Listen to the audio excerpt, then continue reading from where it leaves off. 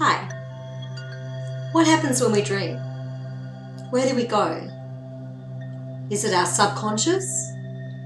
Our conscious state initially? Does food, medicine, attitude, lack of sleep or oversleep, wine, cigarettes maybe? Do any of the things that many people consume, inhale, stick on them during the day affect your state of mind, your conscious and semi and subconscious state when you're dreaming? Do you ever have strange dreams that we've all had, a combination of the day's activities with last year's, with last month's, with the colour red and a black dog and jumping off a cliff, and then we're flying and it all doesn't make sense, and we wonder, was it just our brain, as scientists will say and doctors will say, trying to cope and sort out and process and analyse the day or week or month's life in a human form, in a conscious state? And yes, I think, in my opinion, at many times it is so. It's just a sorting time. It's a defragging of the computer, if you like, that is the mind and the very essence of psychology and spirit and the intellect, the intelligence of the mind. But what about those dreams that are a little different? Those dreams that you feel you're astral travelling or leaving your body, or you have a very significant dream and it seems to happen in a very short period of time. When you wake, you know it's about to happen in real life. And sure enough, that day or the next couple of days, even a month or so later, exactly what you see, your premonition, your insight, your sixth sense, if you like, happened. You know, you have to call that a psychic ability. There's no other way to look at it. You've seen ahead of time and you've seen in your sleep, your subconscious state, the future for a particular moment in your life or somebody else's. So how do you work all this out? If you're dreaming and it is your psychic phenomena, if you like, your esoteric knowledge that's coming to the surface, if it is just a jumble of, you had curry and you went out for dinner and you've seen a movie and then you're doing the washing and it's all complicated, does that mean anything? Does it? I want to share with you a little bit, and I thought that each week I would select, if any of you are interested that are watching this, if you're having strange dreams, I would select one person every week, once a week, and give you a very basic 101 dream analysis. Okay, so, you know, we can pull it apart. We can always say, oh, it could mean, you know, you've seen a tree grow in your dream. Well, that could mean new life or the end of the old or you're gardening, you know. Yes, we can get really picky with things. So I want to keep things simple because this is just a little exercise, a bit of a gift and time for me to share with you my experience of studying dreams for over 30 years.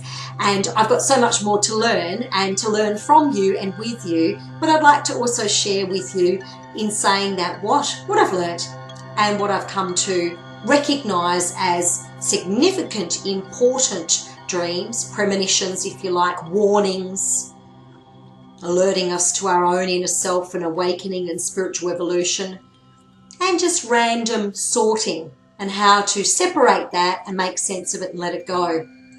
If you want to be a part of this, what you need to do is have a dream journal or diary. Just grab an exercise book, just a couple of bucks from your local store, just blank paper if you like and a pen. Keep it by your bed. Forget about it. This is the key. Don't plan to dream so you can create a story to give to me in hope that we get some amazing answer for you about where you're going in life or where you've been.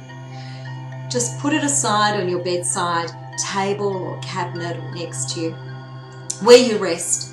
And when you have significant dreams, those dreams that, you know, I wake up and it's, am I still there? Was that real? It felt so real. Or you're very worried, or you feel that you really need the answer of why you went and cut a key and then jumped off a cliff and swam with dolphins or something that didn't make sense. Write it down. The key is with dreaming, as soon as you wake up, you're half asleep, write down not what you think it means, but those facts, just facts. A black dog, a red car, somebody screaming, a baby was born, I was at a funeral. Facts. Remember colours. If you dream in colour, sometimes you will and sometimes you won't. If it's black and white, say black and white. Felt like a long time, felt old. Did I have any smells? Was there anything I could smell? Or did I hear certain music or bells chiming or churches ringing their bell to call you in? That's often common. Might be at a band, you might hear loud guitar playing and drums, whatever it is, on a farm with sheepdogs. It's perfect what it is for you, but don't complicate things. Don't add to what you've seen in your dream. You might have 3 or 4 words, you might have a story. But when you dream, if you would like me to interpret it for you, write it down, brief form, and just keep it aside. And I'll let you know shortly how you can contact me and you can say, I've got a dream, or I've got 3 or 4 dreams, and I'd really like you to translate them for me. So I thought it'd be something fun that we can do together and we can learn together. And I'd love to hear feedback from people who are fascinated by the dream realm. And I'd love to share with you all and hear how you feel when you dream. Write down also, once you do have that dream information there, did I have a late night? Was I out partying? Did I have a bit too much wine? Did I watch a horror movie and then had these dreams of terrible beings and demons and so forth? Or did I actually watch something quite soothing but had a horrible dream? It's all really relevant. Medication is a big thing as well. Lack of sleep has a big effect on what you see in your dreams. What's playing on your mind, stresses and worries and concerns of the world, obviously has a big effect on your dreaming state. But 1 in every 10 or 30 dreams are amazing and have real messages for us. And if we only can interpret them and then work with them in our daily life, we can just do some amazing things and be ahead of the game. Head of the game in business, in purchasing a property, maybe falling in love, getting married, having that baby, traveling overseas.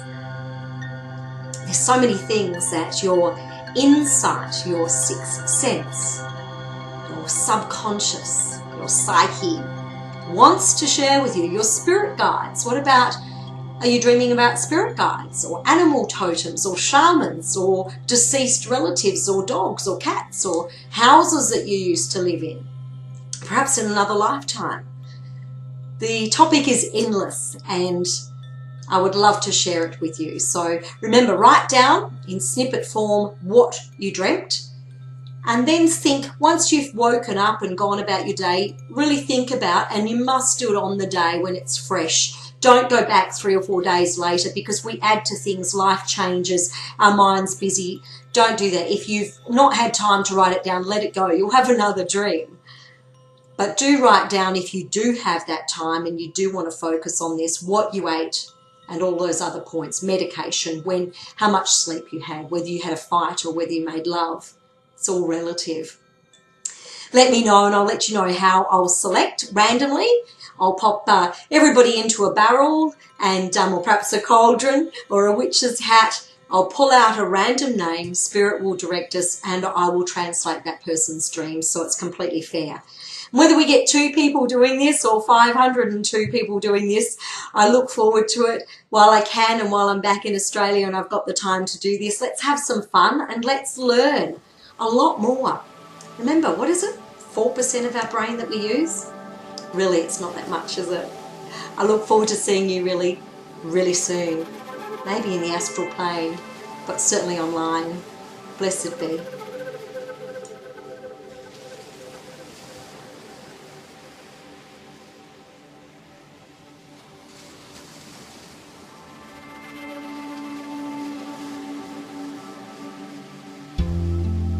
Peace in the deep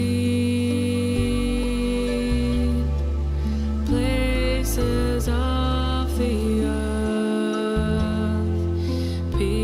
peace in the spaces between the heavenly stars.